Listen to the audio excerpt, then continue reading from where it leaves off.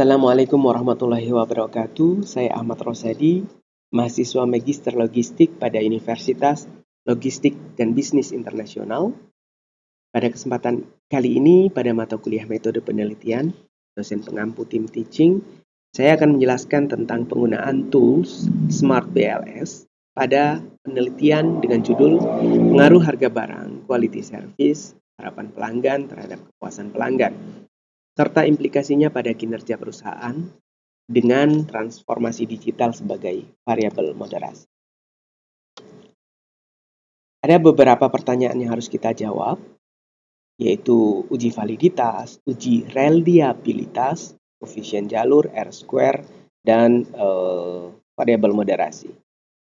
Di sini kita memiliki 50 responden dalam penelitian yang menggunakan aplikasi Smart BLS 3.0. Nah, sebelum kita menjawab pertanyaan, kita terlebih dahulu proses melalui Smart BLS 3.0. Pertama buka Smart BLS, kemudian create new project, klik OK, kasih nama dan klik OK. Kemudian import data file, kita sudah memiliki file sebanyak 50 responden dengan format file CSV, klik open.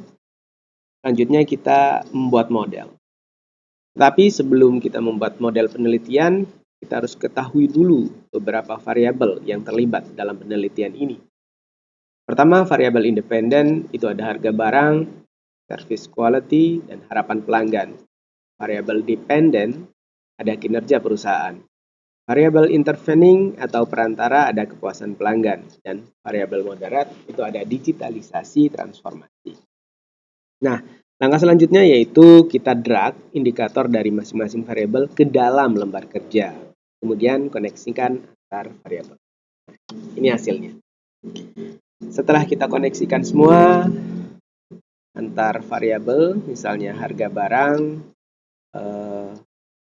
dengan 4 indikatornya, quality service dengan 6 indikatornya, kita koneksikan harga barang, quality service, harapan pelanggan terhadap kepuasan pelanggan. Nah, kepuasan pelanggan kita koneksikan ke kinerja perusahaan. Selanjutnya kita lakukan kalkulasi. Nah, ini adalah hasil kalkulasi dari Smart BLS.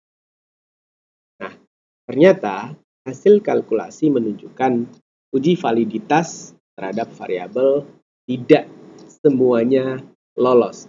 Karena load factor, ini adalah angka-angka load factor, masing-masing indikator seharusnya syaratnya lebih dari 0,7. Tapi ternyata ada sekitar 13 indikator tidak memenuhi syarat untuk uji validitas. Nah, indikator-indikator ini harus dihapus dari model ini. Nah, ini model baru setelah disesuaikan dengan menghapus beberapa indikator dan kita lakukan kalkulasi ulang.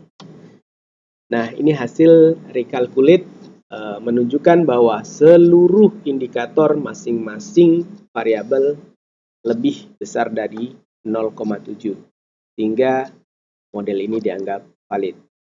Nah, ini untuk uji nilai p-value-nya. Kita memiliki koefisien jalur bernilai positif. Ini berarti bahwa hubungan antara variabel independen dan dependen itu searah atau saling menguatkan. Semakin besar independen, itu akan memperbesar atau besar pengaruhnya terhadap dependen.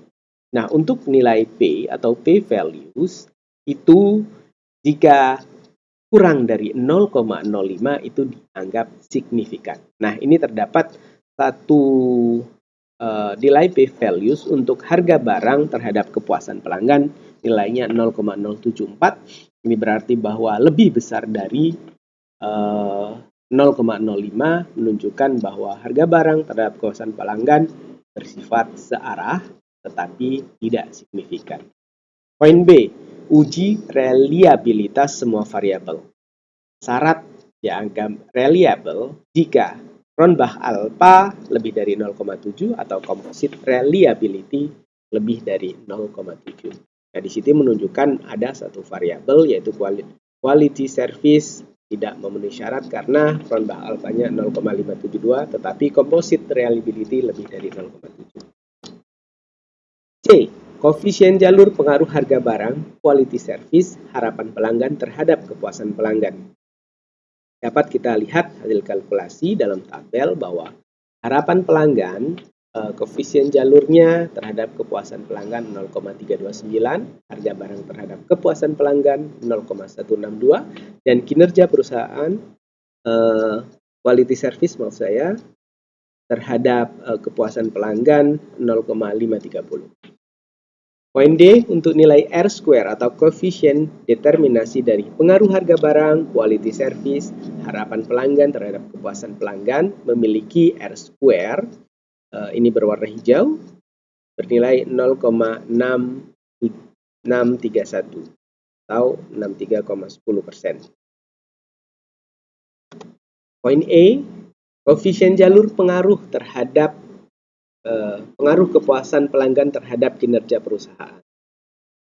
Nah, di sini dapat kita lihat bahwa kepuasan pelanggan terhadap kinerja perusahaan bernilai 0,839. Kemudian untuk R-square, poin F, koefisien determinasi dari pengaruh kepuasan pelanggan terhadap kinerja perusahaan, ini sebesar 0,704. Tapi perlu diketahui bahwa R-square ini sebelum adanya variabel moderasi. Nah, untuk poin G, ditanyakan koefisien jalur pengaruh kepuasan pelanggan terhadap kinerja perusahaan dengan menggunakan tambahan variabel moderat. Nah, model sebelumnya belum ada model variabel transformasi digital. Untuk itu kita tambahkan, sama caranya kita drag variabel beserta indikatornya ke lembar kerja. Kita kasih nama transformasi digital dengan 2 indikator karena kita sudah lakukan penyesuaian yang lolos uji validitas. Kemudian kita klik kinerja perusahaan dan kita pilih efek moderating effect. Nah, ini hasilnya. Nah, koefisien jalurnya menjadi 0,809 yang sebelumnya adalah 0,839. Kenapa?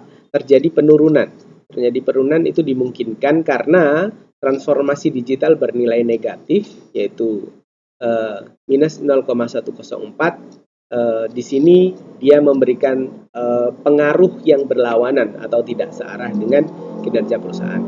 Meskipun demikian, nilai R-square-nya yang semula 0,704 atau 70,40% menjadi 0,722 atau 72,20% setelah menggunakan moderating effect atau variabel moderat berupa transformasi digital. Demikian penjelasan dari saya, semoga bermanfaat. Saya akhiri, wabillahi taufik wal hidayah. Wassalamualaikum warahmatullahi wabarakatuh.